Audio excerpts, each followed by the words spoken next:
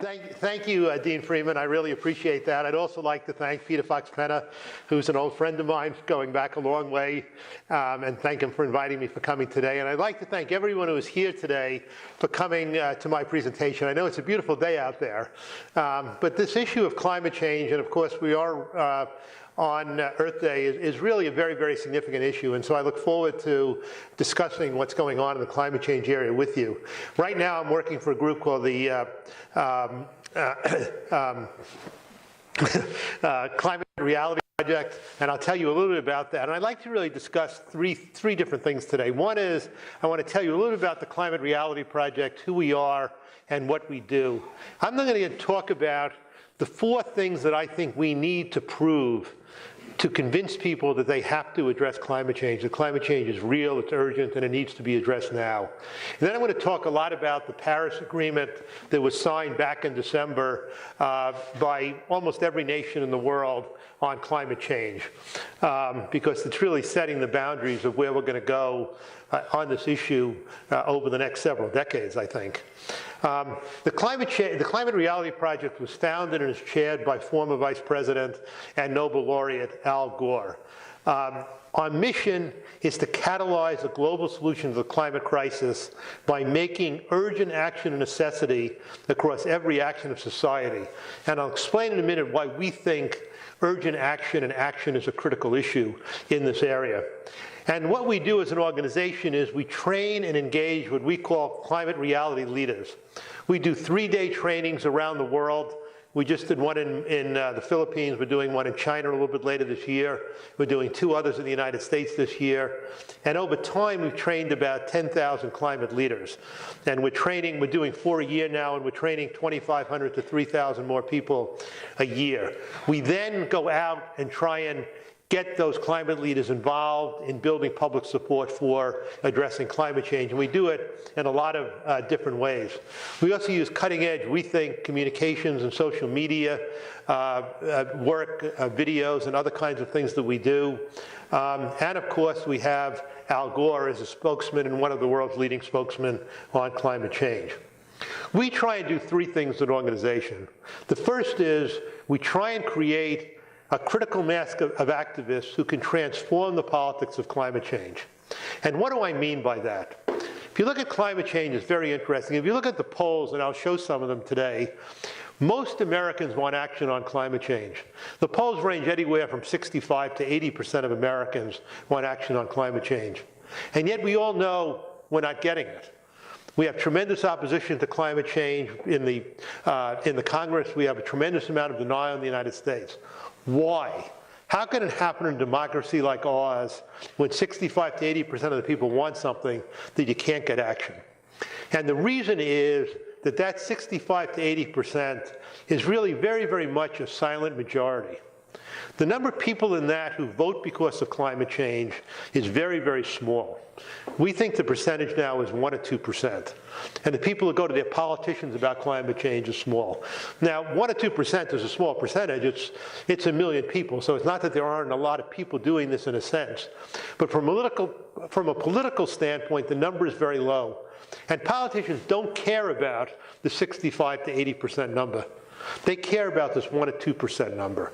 So what we're trying to do in our trainings, with our leaders, with various programs we have, is to create more and more activists, to convince people that they should do more in this area, they should vote on this, they should get out there. We don't need 50% of people. To be effective politically in the level I'm talking about, you need 5%, 7%, 10%. That's a swing vote in any election. So it's something that's doable, but it takes a tremendous amount of work, and that's the kind of work, one of the critical things we're doing. The second thing we're doing is working on an international level on climate change, and why? Well, obviously climate change is an international issue, but beyond that, the Paris Agreement that I'll talk about today is very much a bottoms-up agreement. It's an unusual agreement in the sense that virtually every country in the world made a voluntary commitment to reduce their greenhouse gas emissions. There's no international enforcement. To make this work, we have to work on a country level. We have to get many, many countries around the world to implement their commitments. We have to monitor their commitments. And as you see, we have to work to strengthen their commitments. So we've established 10 branch offices around the world in, we think, critical countries, but we have staff that will be working on implementing the Paris Agreement. And I think the whole environmental community is going to pay attention to this. The United States government's going to pay attention to this. And so this is a critical issue going forward. Finally, we're working to help accelerate the switch to a clean energy economy. Now again, if you look at what's happening in the United States, you'll see that, and you'll hear today that clean energy is rapidly becoming cost competitive with fossil fuels. But there are all kinds of barriers that stand in the way of clean energy being very rapidly deployed. It's doing well, it's being deployed, but there are things that hold it back. And we'll work on some of those. There are barriers at the state level. There are all kinds of things that we'll work on, and I'll mention a few of those as I speak today. As I said, we have branches in 10 countries around the world: Australia, Brazil, Canada, Eastern Europe, India, Indonesia, Mexico, Philippines, South Africa, and we've just signed an agreement today to establish an office in China. We can't call it a branch because of the way the Chinese work, but we have an office in China that we're working in. Our office is small, but they're embedded in larger organizations that we work with in China. We'll be embedded in World Wildlife Fund China, which has a very, very large office there. So we think we have an ability to work in a lot of key countries around the world. So now to turn to the second part, what do we have to prove to really convince people about climate change? And I think we have to really prove 4 different things. The first is we have to show that climate change is real and it's happening now. We have to create a sense of urgency that the issue has to be addressed, otherwise that 1 or 2% number doesn't go up. We have to show people there are solutions to addressing climate change, and we have to show people that it makes economic sense, that if we address climate change, if we transition to a clean energy economy, we're actually, we think, going to benefit the economy. We're not going to hurt the economy by doing that. And I'll talk about each of these issues in turn. The first thing is, when we look at what's happening and whether climate change is happening, there really is an overwhelming scientific consensus that climate change is happening. And I want to describe that in 3 different ways. The first is looking at peer-reviewed papers on climate change. As you all know, peer-reviewed papers are papers that are reviewed by people in the industry in this case, and before they're published. There was a study done in November 2012 to December 2013 in which 9,136 papers were reviewed, and of that, in that review, 99.99% of those papers found that climate change was real and happening. That's out of 9,100 papers. I could cite other studies that reached similar conclusions over the last 10 years. The number of papers that found that climate change was not happening was 1 paper out of 9,136. So to argue there's no consensus on this really is there's just absolutely no basis to make that argument. So aside from the peer-reviewed papers, the second way to look at that is what do the National Academy of Sciences around the world say about climate change? And it turns out that every National Academy of Science in the world has confirmed that they believe that climate change is happening and it's being caused by humans. How many National Academy of Sciences around the world have reached an opposite conclusion? The answer is none. So again, you've got those 2 consensus. The third is that probably people have heard, there are a lot of there's a study that says 97% of all scientists believe that climate change is real and being caused by human beings. Those studies were challenged recently, but in the last week, the authors redid the study. They came out and they again confirmed that 97% number. It's lower than the number of published papers because a lot of scientists aren't climate scientists, but nevertheless, 97% is pretty good. So 99.9% of papers, 100% of Academy of Sciences, 97% of all scientists find that climate change is real. That's a consensus that is almost impossible to argue with. And it means essentially that I'm not going to sit here and spend a lot of time explaining to you the science of climate change. I think the evidence on this consensus is so overwhelming that we can rely on that. But I would like to show you one set of charts on climate change that I think are very, very interesting, and I think really show in a very graphic way what's really happening here. This chart shows the average summer temperature between 1951 and 1980. And if you look at the chart, the white is the average temperature, the blue is cooler than average, and the red is warmer than average. And you'll see that there's a pretty equal balance. The middle is pretty strong, and the balance between warmer and cooler days is very, very close. If you put in a baseline, the green line, you'll see that's the baseline for this 1951 to 1980 time period. If you go to 1983 to 1993, you see this chart starting to change. You now have the average has decreased, the number of cool days has decreased, the number of warm days has increased, and on the very right you have numbers of extremely hot days. They didn't even show up on the first chart. Now you're beginning to get a significant number of extremely hot days. If you go forward from 1999 to 2004, all these trends have accelerated now, with the number of cool days diminishing significantly and the number of warm days increasing, and now you're beginning to get a really significant number of extremely hot days. And if you look at 2005 to 15, you see that even more dramatically, with the extremely hot days becoming very significant. Now, there will be cold days, there will be snowstorms. There's a lot more moisture in the atmosphere than there was before. We could still get very big snowstorms, but you're going to have fewer cold days.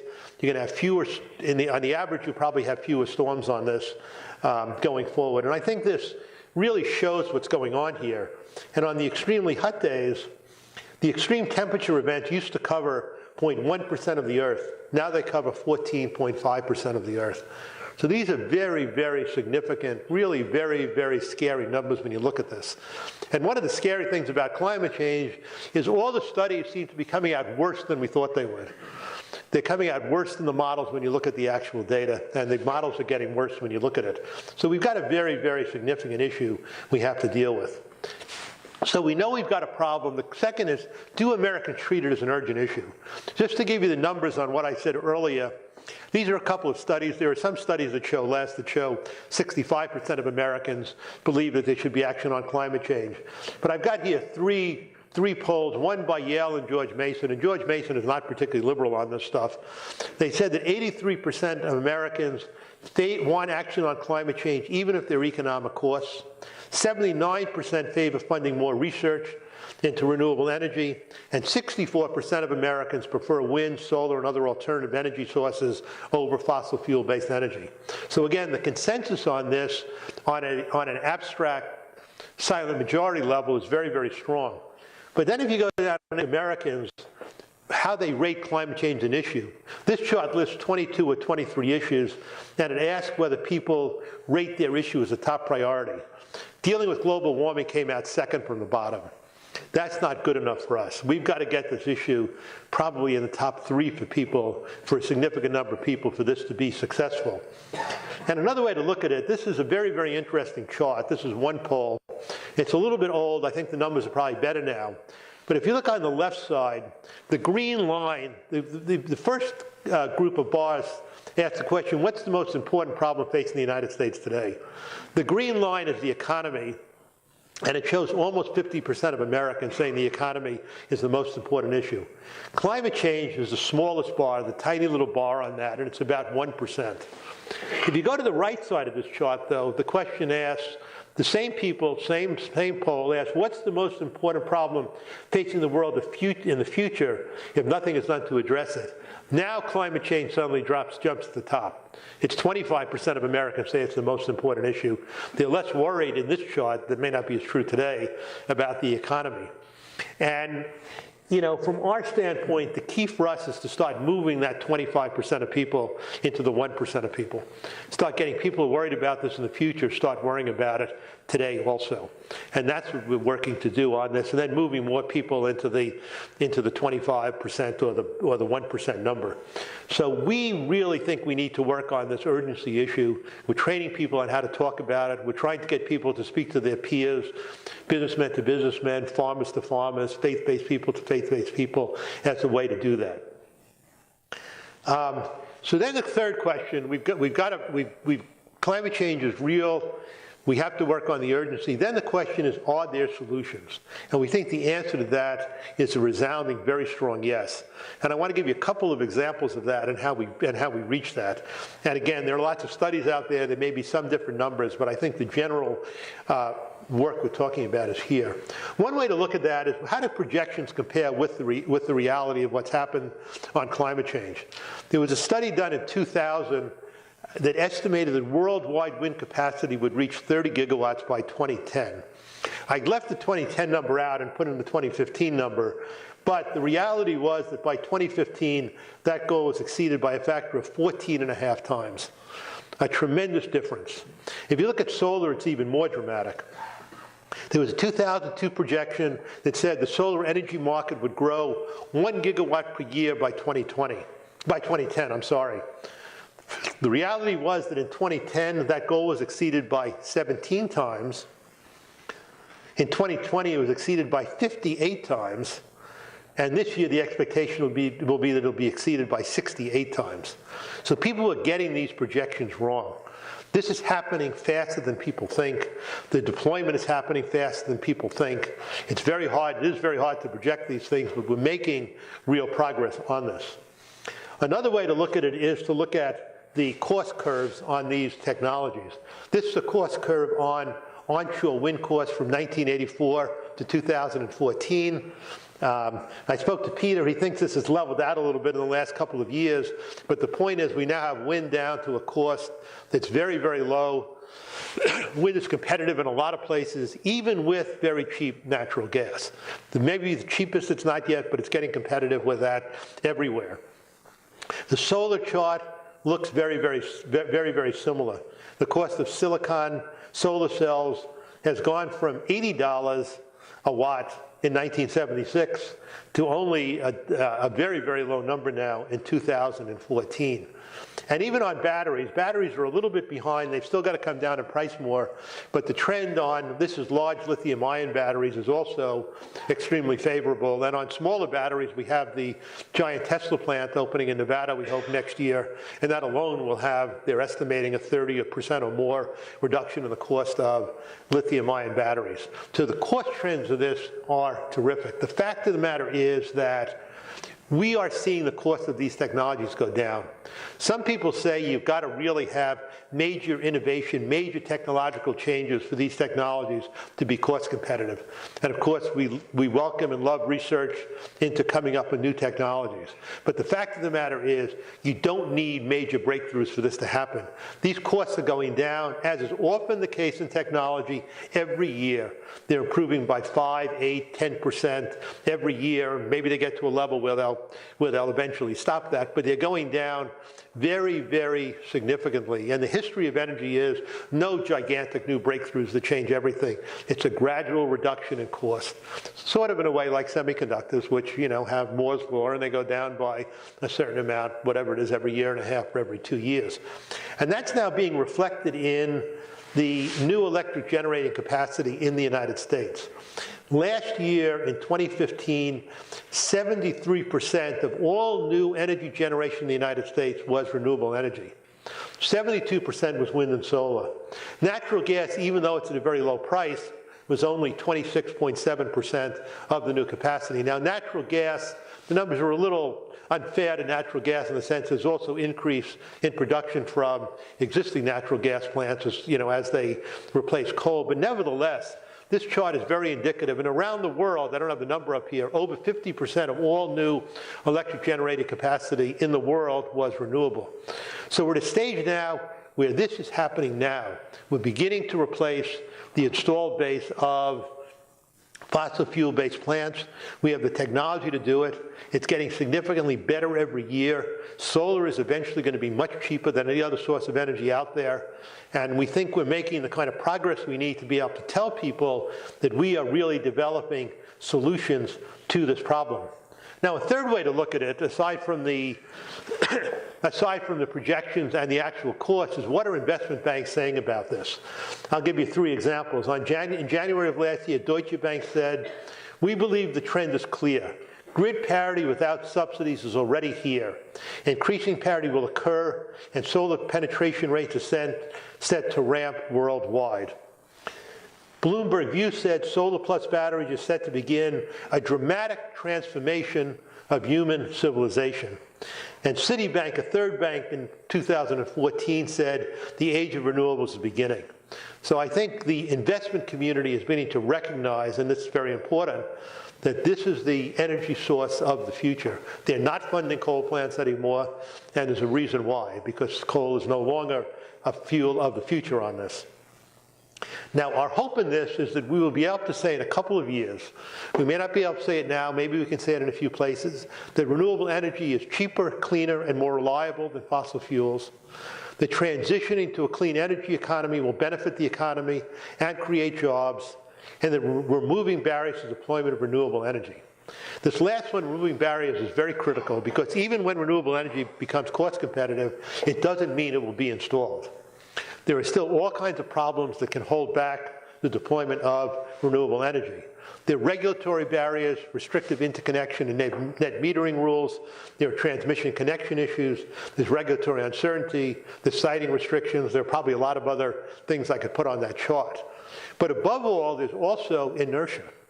We have a giant installed base of fossil fuel plants.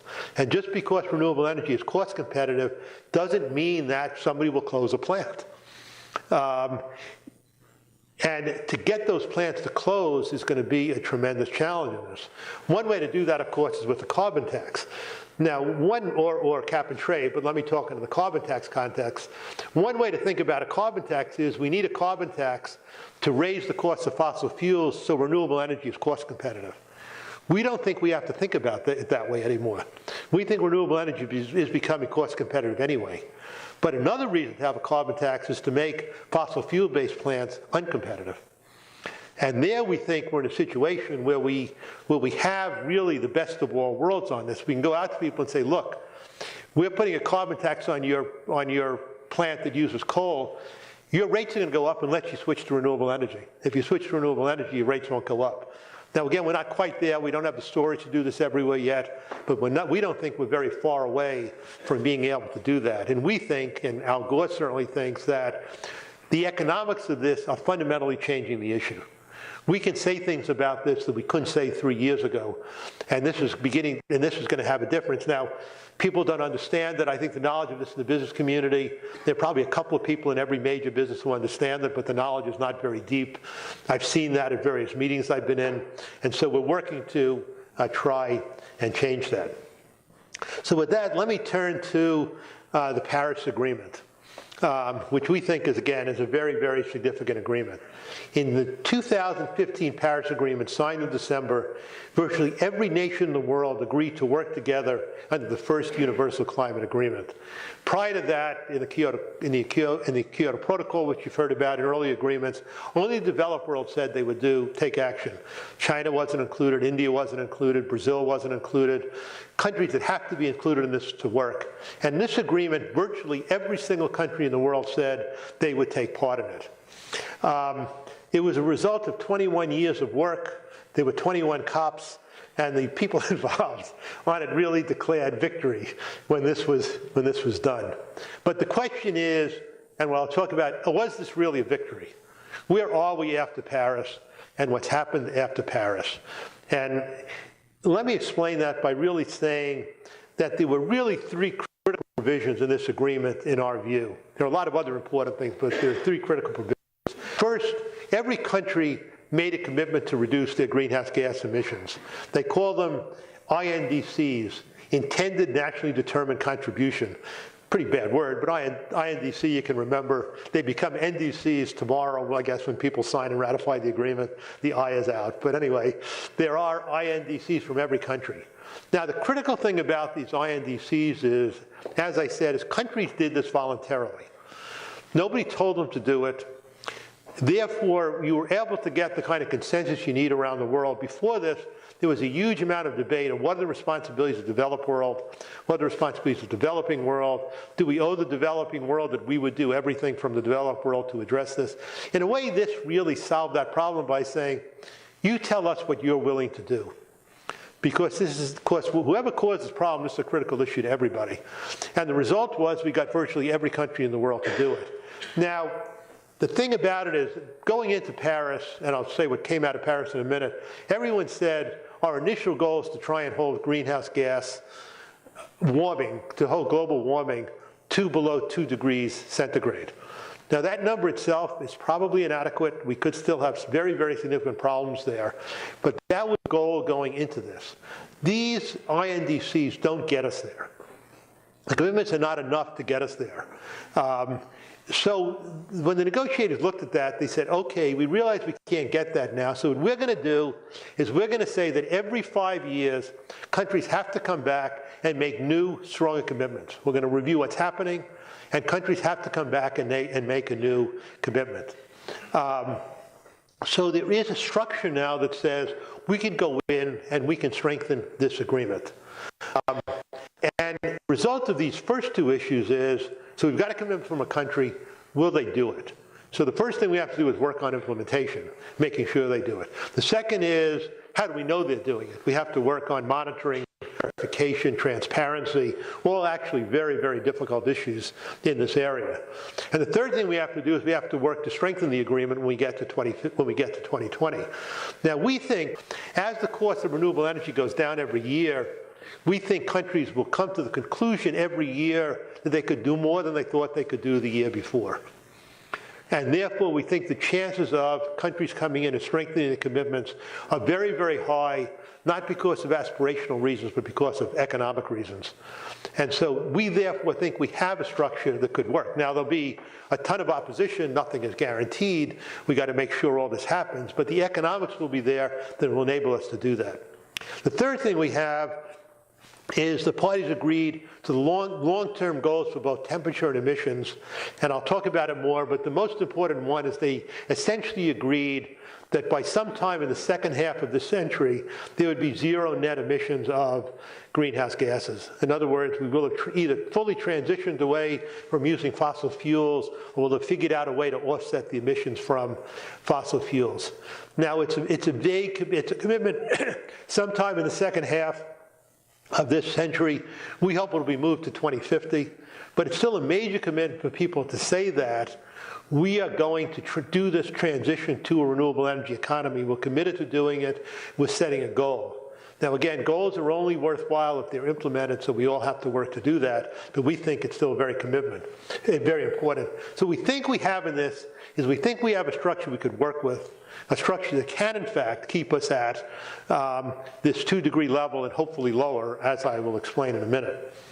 Now, looking at it in a drop more detail, what these countries' commitments do is they give you an overview of their post-2020 climate actions and a roadmap to achieve their goal. When you look at it, you'll see that, as we of course do, is that in many countries they can't do this. They can't achieve what they wrote without new laws, regulations, new efforts by the government. So again, everybody has to work on this to make sure those laws go into effect, that the countries have the tools they need to accomplish what they themselves said they would do. And so we'll be working on that, and a lot of other groups will be working on it also to try and make sure that happens. Just as an example of what countries have done and the variation in it, the United States said they were going to reduce their greenhouse gas emissions by 26 to 28% below 2005 levels by it says 2020 here, I think it's 2025, not 2020. That's a mistake, so it's 2025. And we'll do that, and we'll be able to do that through a series of regulations that we're working on that are all being challenged. There's this Clean Power Plan that regulates emissions from utility plants that's being challenged. There are vehicle mileage standards called CAFE standards. They're up for review next year. They're very ambitious, but there's a review in Congress by statute next year on these standards. There are reductions of other greenhouse gases like HFCs. So we have work to do in the United States. I think, and I think a lot of people think that if we do this, assuming we don't have a disaster for this in this election, we'll be able to blow through these projections in the United States, and by 2030 get much greater reductions as we go forward. Because coal plants are closing, they're old, we have regulation that can do this, we're getting cheap energy. We have the ability to do much better than we've said in this document, so we're hopeful that by 2020 we can strengthen this. China did something completely different, and they're, of course, a much larger emitter than we are now. Instead of giving a date of an amount by which they'd reduce their emissions, they said they would peak CO2 emissions by 2030 or sooner. So they're going to see an increase in their emissions over time. Now, to be fair to the Chinese, they're working very, very hard to try and figure out how to make this happen as fast as possible. One of the problems they face is they're growing so fast, their energy needs are so great, that it's not easy for them to transition completely away from this. So one of their commitments is they would have a 60 to 65% reduction in their intensity of CO2 emissions below 2005 levels by 2030. That means for every unit of production in 2030, they will produce 60 to 65% less CO2 than they were doing in 2005. They've also committed to 20% of energy consumption be clean energy by 2030. Now again, 20% in China is a big number. They are actually installing far more wind and solar than we are in the United States. Now again, most people think China, that these are conservative estimates by China, that they'll be able to do much better than they're saying in this. And so again, we're hopeful that as these are strengthened, we'll see action there. Mexico did a third thing. They said they would have a 22% reduction in greenhouse gas emissions below business as usual. In other words, below what would have happened otherwise. And a lot of developing countries have done that. They talked about reducing another cause of greenhouse gases, black carbon. And they also said, and again, a lot of developing countries have done this and said, with help from developed countries, a conditional reduction, we could have a 40% greenhouse gas reduction if we get the kind of help we're talking about. And they're talking about ambitious measures, the national carbon tax, the climate action plans, vehicle emission requirements. So these things differ everywhere. We need a different strategy in every country. We've got to really work to make sure these happen. In the United States, we're working on this clean power plan I mentioned. That will reduce carbon pollution from the power sector by 32% below 2005 levels by 2030. A lot of those reductions are front-loaded. Again, we should be able to do better on that. But it is being challenged. It's in the court system now, and we'll have to see what happens on this. We also have various other regulations we're working on that would really have a big impact. Methane regulations, automobile standards for medium and heavy-duty trucks, regulation of other pollutants like HFC, and various renewable energy incentives which were reauthorized by Congress this year. If you look at the roadmap to this, 189 countries have submitted their emission reduction commitments. And this map shows all the countries in the world. The red countries are the only ones that have not made an emission reduction commitment. And they're sort of odd countries. I think in the Western Hemisphere, the only country is, I'm not sure, I think it's Salvador. It may be Guatemala, one of those two countries. And I think Salvadorians come in and said, we have to end capitalism, nothing else works, and so we're not going to do this until we end capitalism. You've got the Western Sahara, you've got Libya and Syria that are just in turmoil, and somehow or other you've got Greenland as a major country that's not doing this. But again, there's really overwhelming support. If you look at this map on just what happens if we implement this, and it's a little bit complicated, but the gray line is baselines people were talking about for a long period of time. And that showed an increase in temperature of 4.1 to 4.8 degrees centigrade by the end of the century. And by the way, potentially much higher after that. And again, that's a catastrophic increase in greenhouse gases.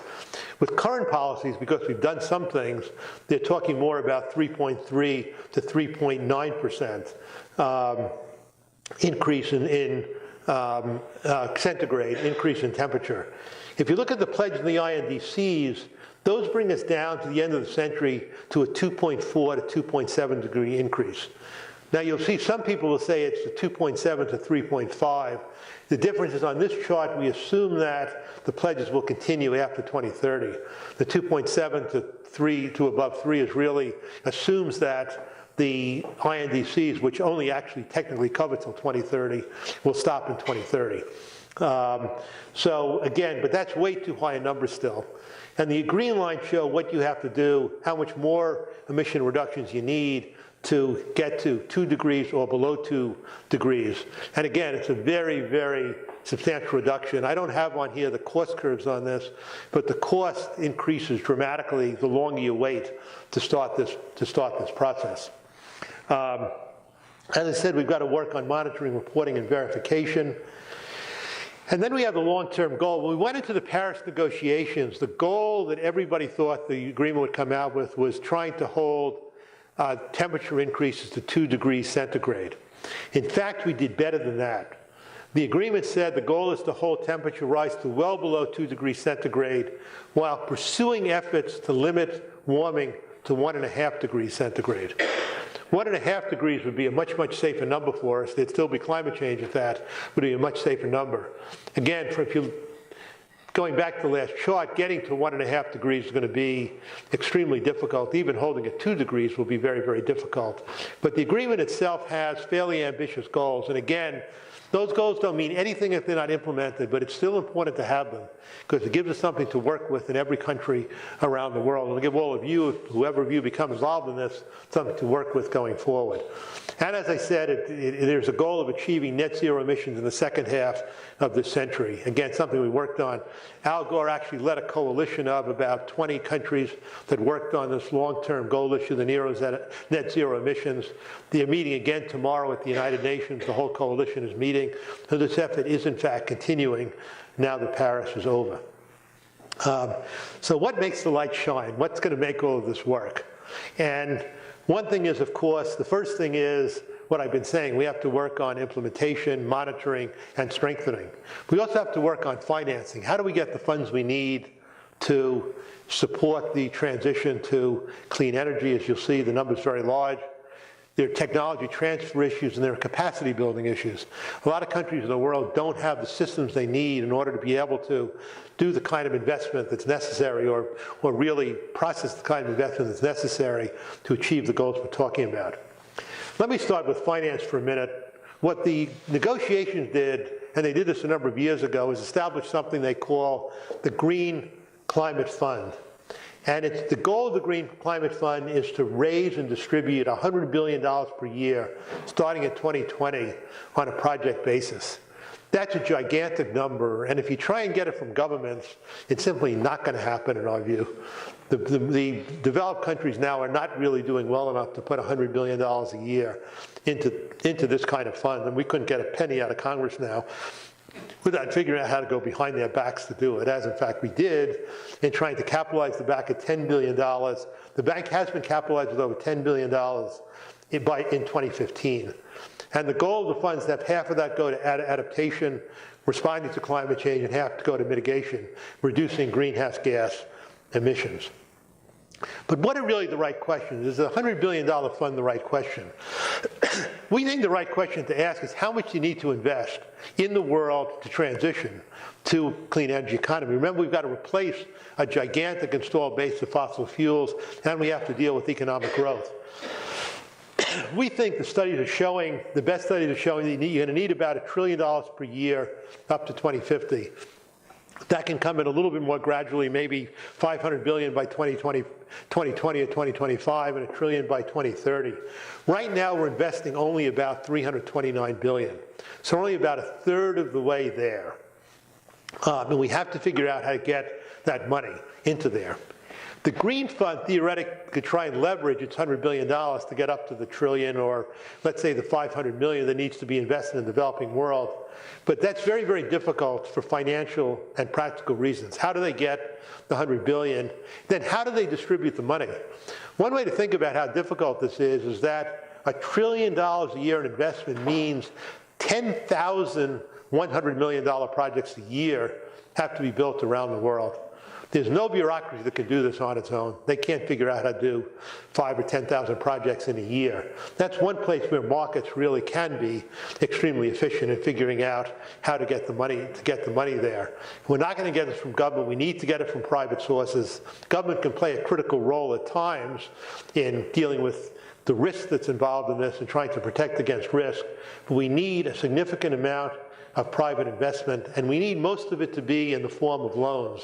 We just can't get enough grant money to do that.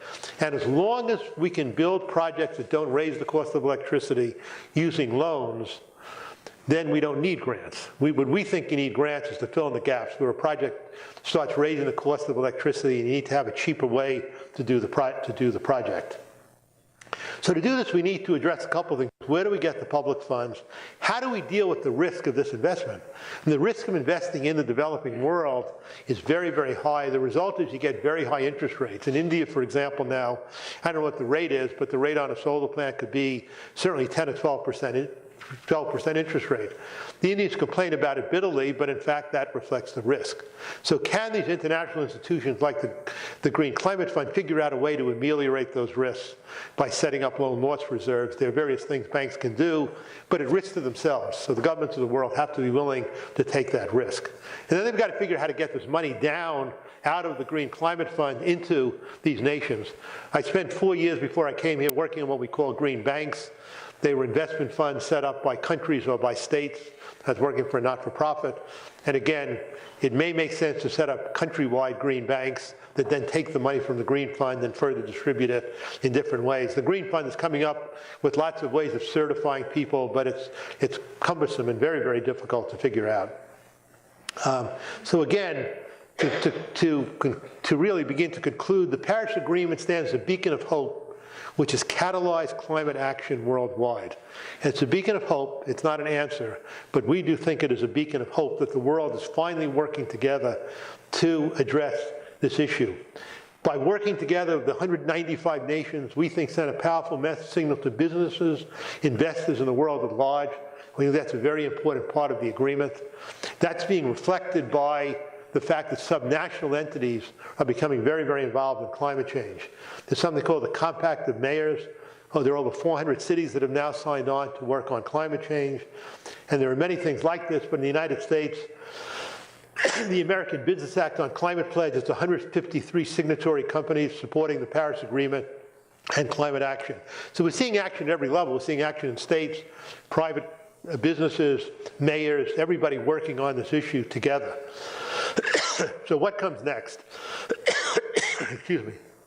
Tomorrow in New York, over 150 countries are coming into New York to actually sign the agreement. I'm going to fly down there. It's going to be a pretty historic event to get the countries to actually do this.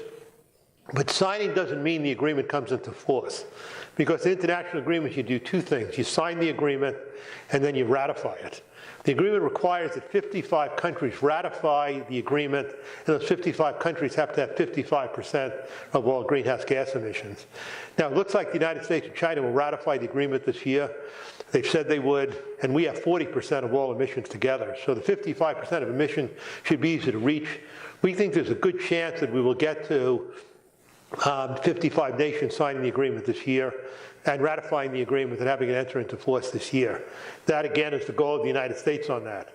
There'll be another COP this year in Marrakesh. It's going to work on technical issues.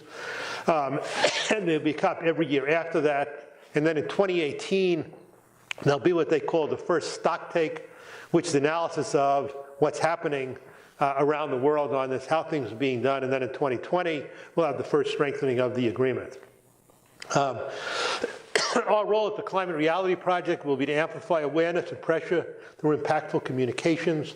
We'll disseminate information. We'll have campaigns in the countries we're working on. We'll work on building the political willpower and knowledge to bring about the kind of changes to implement the agreement and then strengthen it.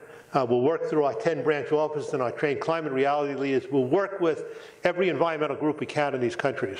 You know, we see our role as trying to be a catalyst in there. GORE can be a catalyst. We think we can be a catalyst on this. We can't do this alone. We need to work with a lot of other groups if we're going to accomplish anything in this area. And again, we'll be working, I want to conclude by just saying we'll be working with Al Gore. He'll be very active on this. He's actually tireless in traveling around the world. Some people say where he is. He's in fact everywhere all the time. There are stories about him all the time in papers. He's working hard at it in a non-political way. He speaks to business groups all the time. He's very effective. He's in a lot of these circumstances. And so I think that we all can accomplish a lot on this, but we're going to need the help of everybody we can. Everybody in this room, we need to, at a minimum, go out and vote, make this an issue, care about this issue, speak to your friends, get people involved in this. And if we do that, I think we have a future where we can at least keep climate change under some degree of control. It's going to be big, it's going to be bad, and it's going to be ugly. But we want to keep it from getting out of control in a way that changes the way we live in a way that nobody in this room is going to like. And again, I think we have the basis to do that in the Paris Agreement. We just all have to make sure it happens. Thank you.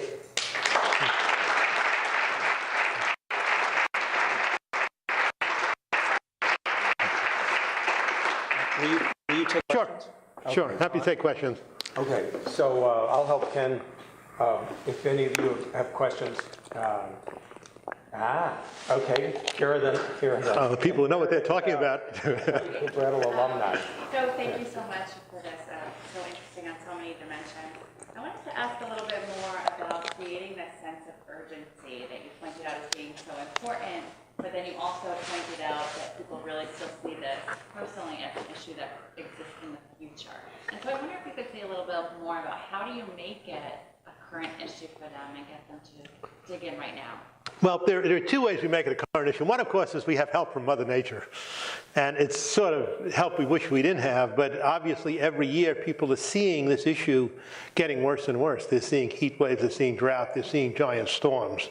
And that change in the environment obviously is critical to what we're talking about on this. You know, in the United States, particularly where there's a lot of denial and where the politics are really, really divided, we think the only way to really effectively speak to people is, as I said before, through their peers. So we're trying to get really thousands of meetings of people speaking to their friends, their colleagues about this, and talking to them about the issue and why it's important, and making it clear that a lot of people have been saying for a long time, the environmental community tried to say, this is an issue that's going to affect your children. It's going to affect us. It's not going to affect our children. And we have to get that message across. It is affecting us now. Obviously, it'll get worse every year. So, if by 2100, if we don't do anything, it'll be a lot worse than it is today. But it is affecting us today.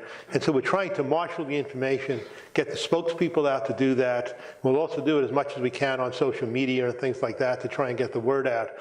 But our goal is to just do it, and it's very hard on almost a in-person communication basis, meetings like this, smaller meetings with people, just to try and get the word out. I don't think there's obviously no easy answer to how you do it. We've got to try and do things like that. Next. All right, great, thanks. I have lots of questions, but I'll try to do just a couple. So one, it's a follow-up in some sense. I mean, you try to sort of dispel the idea that climate change may or may not be happening. I'm wondering whether, in general, one way to sort of make it more urgent is to shift the conversation from does it or does it not happen to a discussion about risk and insurance. That's one question. The second one is, so this is a voluntary agreement. Kyoto was one with binding commitments, and just take Australia or Canada as examples of how well that worked. So what is the why is there a belief that this will work when a binding agreement didn't work? And the final one, I'd be curious as a lawyer, I'm very happy to hear that the U.S. is going to ratify this. How exactly is this going to happen? Well, the ratification is very easy in the United States, because in the United States, we've concluded that it's not a treaty, and therefore the president can just sign it. That's not true in other countries. Brazil, for example, has to go through their legislature. A lot of countries will have to go through their legislature in dealing with this issue. So, I'm sorry, let's go through the issues. Do your second issue, and then I'll do your first issue. So the one is, why is a voluntary agreement going to... Yeah, so the question was, why is a voluntary agreement going to work, whereas Kyoto, which was a binding agreement, doesn't work? Well, the first issue is, one reason why a binding agreement makes sense is that it's very, very hard to make an international agreement work, even if it says it's binding. I mean, you can't go to war over it if somebody doesn't comply with it. In trade agreements, you've got the ability, for example, to put sanctions on trade if people don't comply with the agreement. There was nothing really like that here, so it didn't work very well. But I think the main thing is, this agreement's not going to work unless the world is ready to make it work and unless the economics are there for it to work. And we think the difference between this and Kyoto is that A, the economics are there to begin to make this work. People can, in fact, come up with ways they can transition in a way that makes sense. We think the political will is there. With every country in the world doing this, if you don't do it, you're going to feel a tremendous amount of pressure from other countries and hopefully internally in the country to do it. And we want to create the internal pressure to do it. Now, we can't do that in 196 countries, but we can do it in a lot of countries, our group and other groups. So we think that those combined factors, the changing economics, the fact that almost every country has done it, and the efforts in countries to make it work, give us a chance. Now, there's no guarantee, and it's going to be very difficult. And I don't take for granted for a second the fact that countries are going to implement what they say they're going to do. I think we all have to work to make sure that happens, and we have to, for one thing, make sure the economic understanding is there, and then we have to also make sure the financing is there so people, in fact, can bring about these changes. One of the problems with renewable energy compared to fossil fuel-based energy, in renewable energy, all the costs are up front. In fossil fuel-based energy, you buy the fuel over time, so it's a very different cost structure. And on renewable energy, you think, okay, the costs are up front, we'll borrow the money, we'll pay it back over time. But in developing countries, it's not so easy to borrow this money because of the risk, as I said. And so we've got to figure out a structure that really enables that to happen. And that's what we'll be working on to do. And the first question? Well, just why not rephrase it as a PR strategy into a risk and insurance problem as opposed to one where you have to believe it happens as opposed to it not happening? Well, again, we've got to get people to buy the risk, to understand the risk. And I mean, theoretically, it's easy to people to say, look, 97% of the world's scientists are saying this. Isn't that risky enough? I mean, when you buy insurance, for example, you buy insurance for your house, you don't think your house is going to burn down. Very few houses actually burn down, but you need to have the insurance. Why doesn't that apply on the climate change side? I mean, I'm not sure of the answer, but we've been making that argument for the last 10 years. That's the first argument people made on this. The risk is too great. You've got to do that. We still make that argument, and we will continue to make that argument. But that argument hasn't won easily either. I mean, it's very, very hard to get people to pay attention to whatever your argument is. And we will include risk in a lot of the things we talk about. We do use that example. One of the examples people use now a lot is, suppose you went to a doctor and he looked at you and said, you're 50 years old. He said, you're overweight. Your father died of a heart attack at 55. You smoke. You've got to change in what you're doing. So you then say, well, I want a second opinion. You go to the second doctor and he says the exact same thing. You then go to 97 straight doctors and they all say the same thing to you. Then you go to the 98th doctor and he says, oh, don't worry about it. Who do you listen to, the 97 doctors or the 98 doctors? We all make that argument. You think it would affect people. It affects some, but again, nothing's easy on this. So we do make those arguments and we try, and we will make that. And we will make the argument, we're not going to try to really push people on the science very much. We'll try and do the consensus. We will do the risk. You're right, I probably should have a slide on that also, but we will include that. Okay, right behind Courtney, and then in the back. And then Jane. That's you. Yeah, the United Nations declared 2014 and 2020 for the decade of sustainable energy for all. I'm just wondering whether we can link it with that and whether that will build any momentum in terms of the effort that's being done. Part of it has to do with universal access to energy, considering populations moving out of poverty and the paths they take as they get little levels of energy.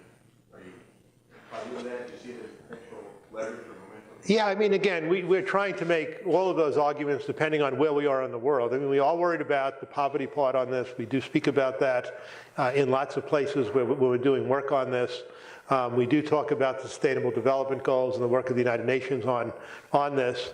And again, it's another factoid that we put into the process that we're dealing with.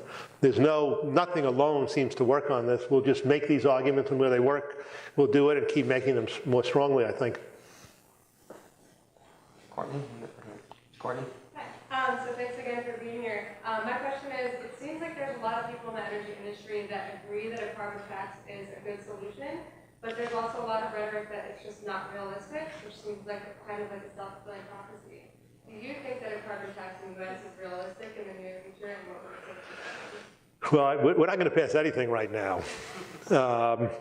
Do I think it's potentially realistic? Yes. I think we're probably, a few years away. I mean, a carbon tax is what economists have always said we should do. So you think it's something that Republicans would like. And in fact, if you look at the history of this, it took the environmental community a long time to really get comfortable with doing things like that the economists wanted rather than using straight regulations, because regulations also work in accomplishing the same goal. When the environmental community finally came out in favor of a carbon tax, the Republicans started moving away from it and opposing any tax. It's not just a carbon tax. I do think, again, the economics of the carbon tax are also changing, because again, I think we can argue soon that we could do a carbon tax potentially without effectively raising the cost of energy, because, or at least except in the very short term, because companies will then be able to switch away from fossil fuel-based energy if in fact it starts becoming too expensive. So we think we've got a little bit better economic argument on it than we did before. The other interesting thing about a carbon tax, which is really kind of strange, is everybody talks about a carbon tax and we seem to wind up getting cap and trade a lot. We have cap and trade in California under the Clean Power Plan. Everybody thinks cap and trade systems are likely to go into effect to help implement the Clean Power Plan. I think one reason is that from a company basis, a cap and trade system makes more sense, because you can do things a little bit more economically efficiently. And the companies that can decrease their emissions can do it more easily, and companies that can't can buy the emission reduction credits. On a carbon tax, you sort of get stuck more easily with this kind of stuff, but on a system-wide basis, a carbon tax is much more efficient in doing this overall. So it's hard to say what's going to happen. As an organization, we are not working on a carbon tax this year. We will start working on a carbon tax probably in the relatively near future, depending on how this election goes out. I personally think, and just a guess, we're going to have to go through one more election cycle after this before we get it, at least, probably until 2018. Can I ask a follow-up on that? Yeah. And of all the years we've talked about this, I've never asked you this, so this is not a setup.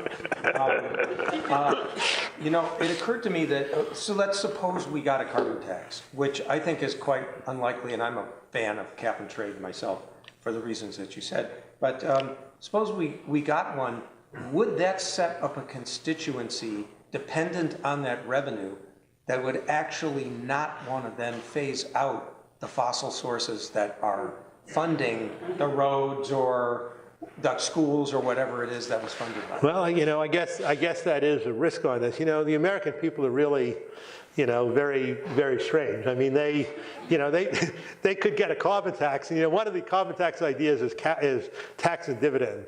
You would tax, and all the money would be returned to taxpayers. I have to admit that I worry the taxpayers would start getting the money and then start opposing the tax and still expect to get the money without the tax, because I think that's the American way of looking at things. But so there will be complicated political issues after a carbon tax is passed. There's no question about that. And whether we keep control on that will have a big impact. I did worry about a carbon tax when I thought it would substantially raise the cost of electricity, because I think that would lead to real major opposition to this. Again, I think you can do it in a way that you can tell people it won't raise the cost of electricity if they insist that their utilities switch to renewable energy. You can't do that effectively until we have good storage in place, but I think we'll be at a stage we can do that in the relatively near future. In the back, you still have a question? So I was going to ask you about the hidden cost of climate change and public health, and sort of hear what you have to say, because I think most people sort of, think personally about climate change, and in many parts of the world where there's more of an impact on climate change on people, it's the poor who are disproportionately impacted, and maybe that could be broadcast and disseminated by climate literacy, awareness campaign. Yeah, the United States just came out with a major report a couple of weeks ago, which I was interviewed on the impacts on health of climate change. The impacts on health are very, very significant at many, many different levels. I mean, increased air pollution, increased ozone levels that come out of this can affect things. Obviously, there's diseases like Zika that could spread more easily in the United States.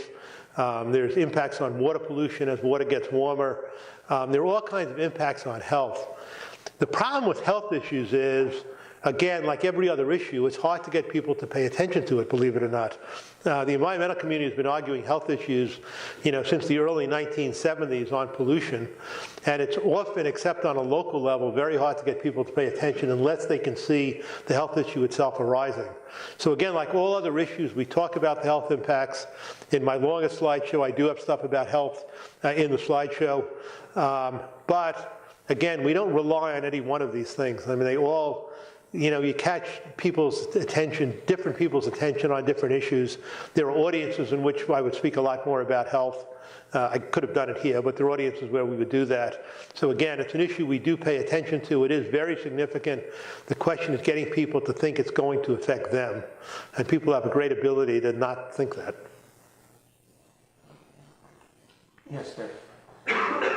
The company that is trying to build the Keystone XL pipeline is now suing the government under trade agreements that we have signed with Canada, NAFTA, and other trade agreements have investor state clauses. As a lawyer, are there any strategies that the environmental community is looking at to blunt or stop this type of suit, so that renewables can continue and we don't end up with Yeah, there are provisions in this and many other trade agreements that allow suits by investors in certain circumstances. The United States has never lost a single one of those suits. So the first thing to remember is that it's extremely difficult for a plaintiff to win in those cases. The United States has never lost on one of these, and I don't think they're going to lose this case either. I don't think there's much of a chance they'll lose the case. So I can't say there's zero risk from that happening, but it's never happened in this area, and I don't think the United States is going to lose in this case. And if they do lose, that's going to create a lot of issues, but I don't think they're going to lose on it. But the United States sued India to stop their solar power. Some of those are different issues, though. The people do win certain kind of trade cases. I mean, for example, and you've got to be ambivalent about this if you care about climate change, but there were suits brought against Chinese solar panels coming in as being brought under trade laws on the ground that they're selling the solar panels below cost. That's a very common suit. Countries do win those suits all the time. The United States won that suit. Now that raised the cost of solar, so for us that's a negative. On the other hand, it's pretty hard politically to say that a country can dump products in the United States at below their cost and drive out U.S. businesses. So those kind of cases raise sort of complex issues when you think about it. But they're not really cases designed to, per se, to weaken environmental laws in any way. They're trade dumping cases, and there's a long rationale behind them. Dennis? Ken, great presentation. This has been a really good sort of broad presentation on the issues. Thank you. I would point out you're missing one slide. You talked about the American companies Act on Climate Pledge. There was also the American Campuses Act on Climate Pledge, which you participated in. But I really have, this is sort of a lead up to the real question. The question is, I think in this country, or at least a lot of people we work with, we all feel that American government is a global challenge for getting anywhere with climate change action, climate action. From your perspective and working with countries around the world, I'm interested to understand where you see the bigger issues. And are we the big problem, or are there other bigger problems? I don't think we're the big problem. I think we were the big problem. I don't think we're the big problem anymore, but we're also not the big solution yet. And let me explain what I mean by that. I mean, we have made, a significant enough emission reduction commitment, the 26 to 28% by 2025, that the rest of the world was satisfied and were able to sign the Paris Agreement. There are some studies out there that say that really, to do what we need to do as a country, we really need more like a 45% reduction from 2005 levels by 2030. And I agree with, I'm not sure about the exact number, but I agree we need to tremendously strengthen our commitment between now and then. Now, obviously, with the current politics of the United States and the inability to pass new legislation, it was hard to do more than this administration did. But the reductions are pretty front-loaded. And I think there's a very, very good chance that we will be able to significantly strengthen that in 2020 and maybe again in 2025. Whether we'll be able to get to 45%, again with 26 to 28% by 2025, I don't know. But I think we'll wind up getting reasonably close to that. If we do that, then I think we are playing a significant role in solving this problem. And, again, if you compare it to the Chinese, they are a much larger emitter than we are now. They don't have the historical emissions. They don't have the same amount of emissions per capita that we do. So we're giving them some leeway on that to try and get their emission reductions under control first.